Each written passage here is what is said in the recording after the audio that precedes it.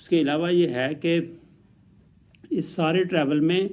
مسلسل جو ہے وہ ریاض کرنا اور پریکٹس کرنا خود بھی اور پریکٹس کروانا بھی اپنے شاگردوں کو. تو استاد کی تو یہ پروفائل یہ سی وی تھی. آج ہم دیکھتے ہیں کہ اے آئی اگر کاپی کرتا ہے، استاد کے سٹائل کو کاپی کرتا ہے، استاد کی ٹیون کو کاپی کرتا ہے اور استاد کے آواز کی پچ کو بھی اگر کاپی کرتا ہے تو یہ تو سارا اس حد تک تو ممکن ہے. لیکن استاد جو گاتے تھے وہ تو گاتے تھے درد کے ساتھ، عشق کے ساتھ، روح سے گاتے تھے اور لوگوں کے سننے والوں کے بھی روح میں جو ہے وہ ان کا کلام، ان کی پرفارمنس اترتی تھی. تو آرٹیفیشل انٹیلیجنس جو ہے وہ یہ والی کوالٹی کہاں سے لے کے آئے گا کہ وہ جو ہے وہ اس طرح سے پرفارم کرے کہ استاد کی کمی پوری ہو جائے، جو کہ ہرگز جو ہے وہ ممکن نہیں ہے. اس کے علاوہ ہم دیکھتے ہیں کہ جو بڑے بڑے رائٹرز تھے، یعنی کہ امیر خسرو کا کلام استاد نصرت فتح علی خان نے گایا. میرے رشک قمر جو ہے وہ امیر خسرو کا کلام ہے. پھر انہوں نے آفرین آفرین گایا جو کہ جاوید اختر کا کلام ہے. پھر انہوں نے گورک دھندا گایا استاد نے، جو کہ ناز خیالوی کا کلام ہے. پھر استاد نے یہ جو ہلکا ہلکا سرور ہے یہ خود استاد کی اپنی رائٹنگ ہے.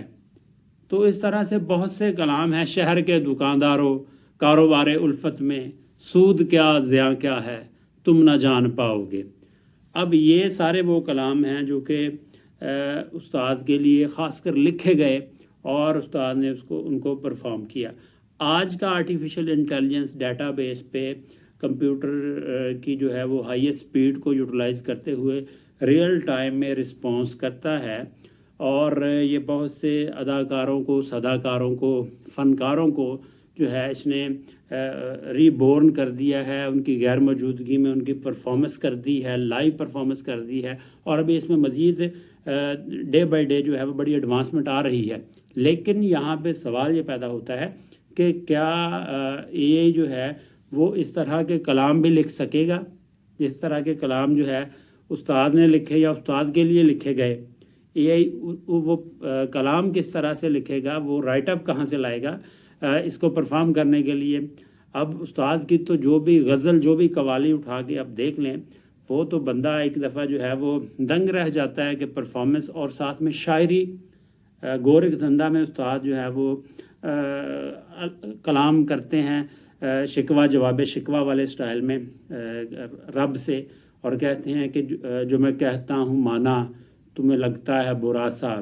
پھر بھی مجھے تم سے بہرحال ہے گلاسا، چپ چاپ رہے دیکھتے تم عرش بری پر، تپتے ہوئے کربل میں محمد کا نواسا. اب یہ والی جو شاعری ہے اور یہ والا جو استاد کا سٹائل ہے اس کو پرفارم کرنے کا، آرٹیفیشل انٹیلیجنس میں بہت سی جو ہے وہ کوالٹیز، ابیلٹیز ہیں. لیکن اگر آرٹیفیشل انٹیلیجنس استاد کی ٹیون کو کاپی کرتا بھی ہے تو ٹیون کو کاپی کرنے کے بعد جو ہے وہ یہ اس طرح کی شاعری کہاں سے آئے گی، اس طرح کی جو ہے وہ شاعری میں، گائیکی میں روح کہاں سے وہ ڈالے گا. یہاں پہ ہمیں یہ بھی سوال ذہن میں آتا ہے کہ کس حد تک جو ہے وہ آرٹیفیشل انٹیلیجنس استاد کی پرفارمنس کو کاپی کر سکتا ہے. اب یہاں پہ یہ ہے کہ آواز کی پچ کو، آواز کے اتار چڑھاؤ کو اور استاد کے سٹائل کو جو ہے وہ تو اے آئی کافی حد تک کاپی کر سکتا ہے، لیکن اس سے مزید نئی آواز جنریٹ کرنا، مزید نیا کلام، نئی قوالی، نئی پرفارمنس جو ہے وہ پروڈیوس کرنا، جنریٹ کرنا، وہ آرٹیفیشل انٹیلیجنس کے لیے قدرے مشکل کام ہے. بلکہ میں تو یہ کہوں گا کہ آرٹیفیشل انٹیلیجنس کے لیے وہ ناممکن کام ہے، خاص کر جو ہے وہ استاد نصرت فتح علی خان والے کیس میں. اس کی وجہ یہ ہے کہ جس بندے نے 24 گھنٹے ریاض کیا ہے، جس بندے کا پرفارمنس جو ہے وہ آڈینس کے رسپانس کے ساتھ بڑھتی تھی، آڈینس کے رسپانس کے ساتھ پرفارمنس بھی موو کرتی تھی. اب اے آئی کس طرح سے وہ کاپی کر سکتا ہے اے آئی پرفارمنس کو، لوگوں کی پرفارمنس کو، آڈینس کی جو ہے سننے والے جو ہیں ان کی فیل کو کس طرح سے فیل کرے گا، ان کی فیل کو کس طرح سے کیش کروائے گا. تو یہ ایسا ایک معاملہ ہے جس پہ آ کے یقیناً ذہن میں یہی خیال آتا ہے کہ استاد نصرت فتح علی خان کی جتنی بھی پرفارمنسز ہیں، جتنی بھی قوالیاں ہیں، جتنی بھی ان کے لائیو بھی سارے شوز تھے، وہ استاد کی ہی کوالٹی تھی۔ آرٹیفیشل انٹیلیجنس جو ہے اس کی ابیلٹیز سے، اس کی کوالٹیز سے انکار نہیں کیا جا سکتا۔ آرٹیفیشل انٹیلیجنس استاد نصرت فتح علی خان کی کاپی کر سکتا ہے، آرٹیفیشل انٹیلیجنس استاد نصرت فتح علی خان کی کاپی کر سکتا ہے، لیکن آرٹیفیشل انٹیلیجنس جو ہے وہ استاد نصرت فتح علی خان کو کاپی نہیں کر سکتا۔ اور اگر اے آئی نے استاد نصرت فتح علی خان بن کے پرفارم کرنا ہے، جو کہ بالکل بھی ممکن نہیں ہے، استاد کی شاعری دیکھ لیں آپ، استاد کا پڑھنے کا، گانے کا سٹائل، انداز دیکھ لیں آپ، یہ اے آئی نے جتنی بھی ترقی کر لی ہے وہ اس کے آس پاس کی بھی بات ابھی تک بھی نہیں ہے۔ تو اے آئی نے اگر استاد کو کاپی کرنا ہے، اے آئی نے اگر استاد کی پرفارمنسز کو جو ہے وہ دوبارہ سے پرفارم کرنے سے مراد میری یہاں پہ یہ ہے کہ اے آئی نے اگر استاد کی پرفارمنسز کو نئے کلام جو ہیں اس میں ایڈ کرنے ہیں، نئے